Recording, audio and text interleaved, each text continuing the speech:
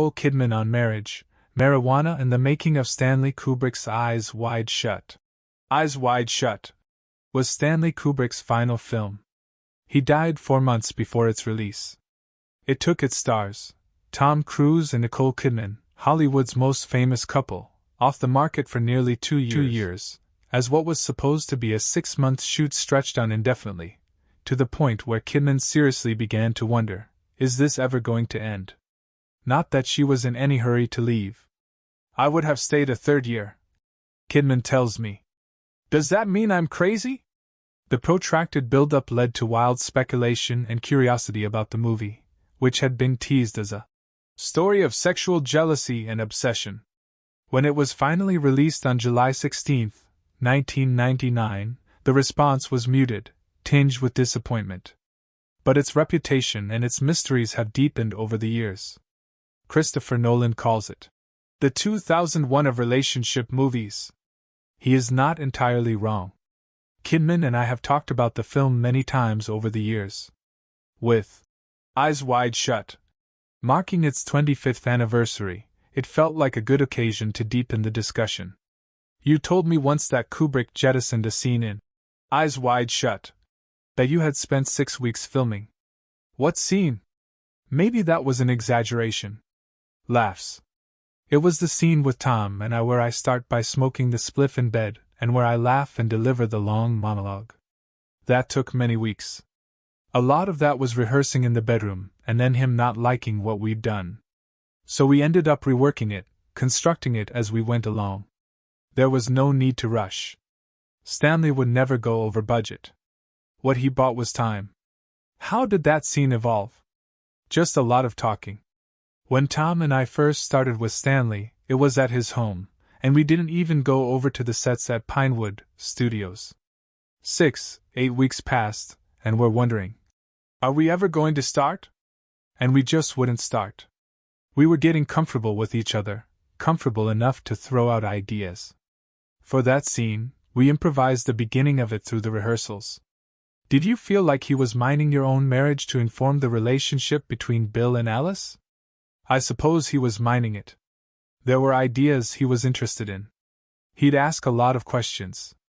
But he had a strong sense of the story he was telling. I do remember him saying, "Triangles are hard. You have to tread carefully when it's a triangle. Because one person could feel ganged up on." But he was aware of that, and knew how to manage us. Did you ever feel ganged up on? No. But there's something about being a woman in that equation, too. And Stanley liked women.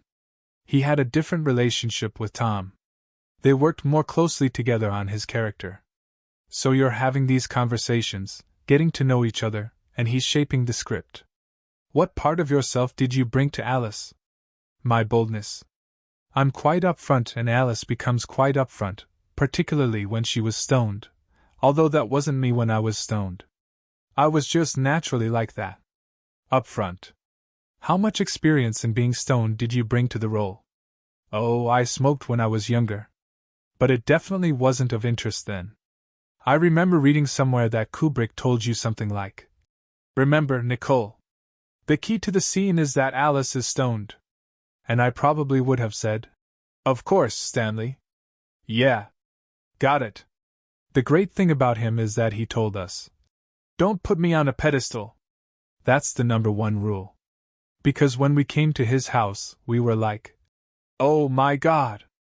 The great Stanley Kubrick." And that kind of thinking hinders the creative process. He didn't want sycophants. He told us to throw ideas out. And everyone has to wait at least 10 seconds before they say no to an idea. I heard that, and I'm in my 20s, and I'm like, okay. It's on.